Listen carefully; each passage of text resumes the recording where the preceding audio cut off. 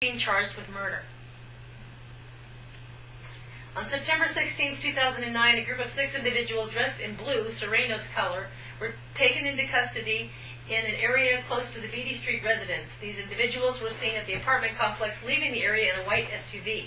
It was believed that they were looking for retaliation and were throwing rocks at the apartment complex windows. A witness observed a gun being thrown out of the vehicle. This information was passed on to the police, and the gun, a .38 revolver that was reloaded with 5 rounds, was discovered. Also located in the vehicle was a large carving knife, a tire iron, a baseball bat, and 5 more rounds of ammunition. So that's the next day, right? This is the dispositional court report from Jackson County, which basically tells the story about what happened. So what did you learn from this? What do we need to know? What do we need to add to what we have? We probably need to take our players and basically start dividing it into 2 teams, correct?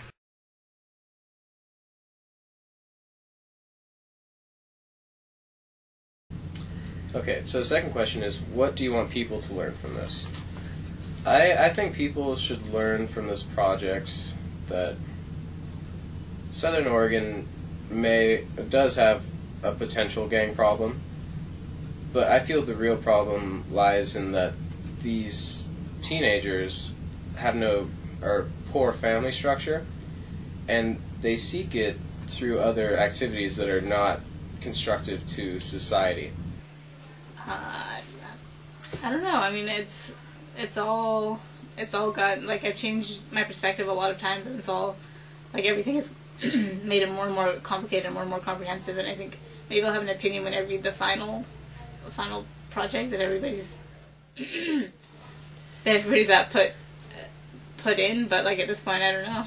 At this point, I just learned that it's more complicated than a gang fight ended in a 14-year-old killing this guy, you know? In the matter of Mauricio Humberto Duran. Okay, I've had an opportunity to review the dispositional court report prepared by Mr. Liu. I don't know that. It'll be provided today. All right. Go ahead, Ms. Herbert. Well, essentially, Your Honor, this was a situation where there were 2 rival gangs. Just a moment. Yeah. Just turn right in front of the where the cafeteria doors are. Well, getting down to the actual incident, Mr. Diaz confronted Mauricio and hit him over the head with a golf club. Mauricio went down to the ground and was able to see a knife in his peripheral vision. He picked up the knife and motioned it toward Mr. Diaz, stabbed Mr. Diaz, who was still on his feet. Mr. Diaz took a couple steps back and, according to Mauricio, came at Mauricio once again.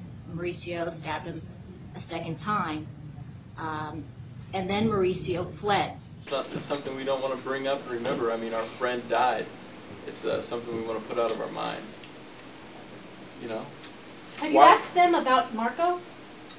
I mean, because here's the thing. We don't really... He didn't see Mr. Diaz fall to the ground.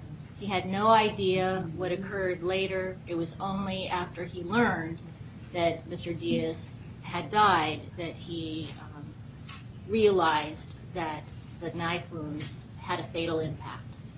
Mauricio, do you agree with that statement from your attorney, Ms. Herbert, as to what happened? Yes, it is. All right, thank you. Is that satisfactory to you, Mr. Hoppy, Mr. Peterson? Yes, sure.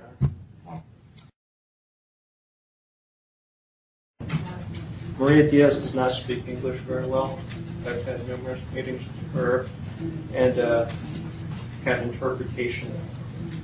She did write out, though, a letter in English that I want to read in open court. Okay.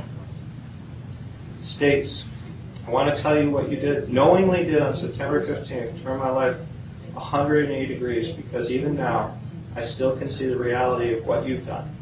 I still look for my son within the people on the streets. When I see somebody on a bicycle, I think it might be him. Or when I see somebody walking, I also think it might be him. And when I'm sitting at home, I can still hear his laughter, his whistling, and other things he used to do to let me feel and know he was there.